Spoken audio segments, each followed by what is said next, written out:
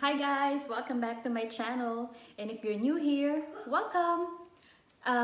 Actually, it's just a few more days before Christmas, or weeks actually, and I am very excited. And in spite of the pandemic, we all know that nothing can stop Christmas, right? So today I have 3 Christmas decor ideas or DIYs to share to you guys, and these are very easy and inexpensive Christmas decors because I know that during these times we're not supposed to spend that much. So without further ado, let's go to the video.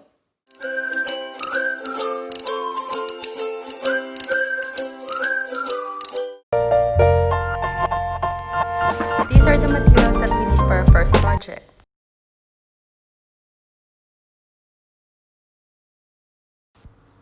And then I took this old pastry plate and spray painted it with a gold spray paint. Make sure to spray a bit far from the plate to give it a smooth finish. There it goes. And this is how it looks. Looks elegant, right? And these are the candle jars that we have painted earlier. They look frosted, right? And to give them a more frosted or melting look, I've decided to put some white glue on the jar's top edges and sprinkle it with white glitters to give it a little of that glimmery look. And this is our final products, guys. Our frosted candle jars and our golden tray. Nice, right? So please put your comments down below if you like this project.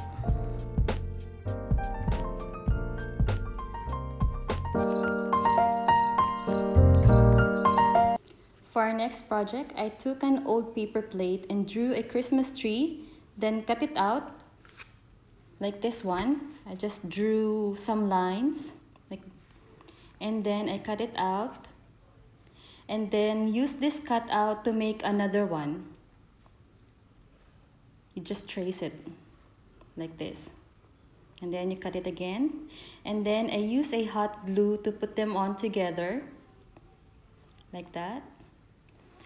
And then I stick it on top of a corn lid to make it stand.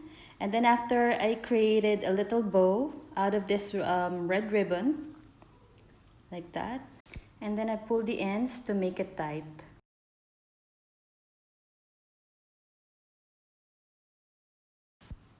And then I cut the ends like this one. So after creating the bow, I went ahead and spread some white glue on our paper tree and spread some green glitters on it to give it a shimmery look, and put the bow that we made on top. Isn't it cute? Put your comments down below if you like it.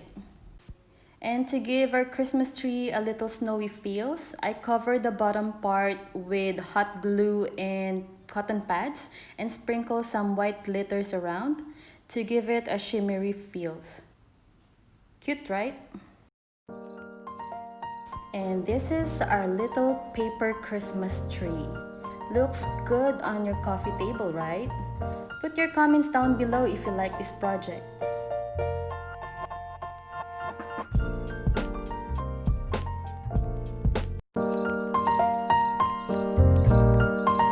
And these are the materials that we need for our third project.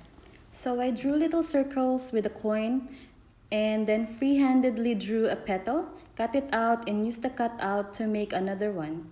Then stick the petals to the circle to create a flower, like this one.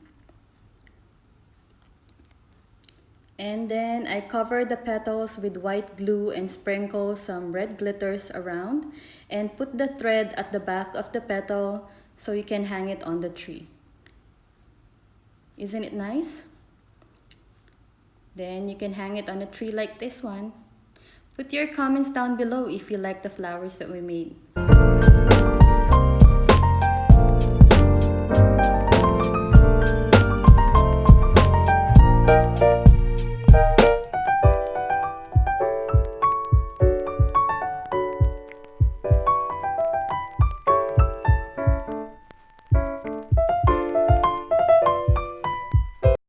And that's it for today's video. I hope you guys like the DIY ideas that I have shared today. And if you do, please give me a thumbs up and share this to your friends so they could also have some decor ideas for Christmas. And also, please leave your comments down below about this video, or if you have guys some suggestions. Also, please don't forget to subscribe for more videos. See you on the next one. Bye!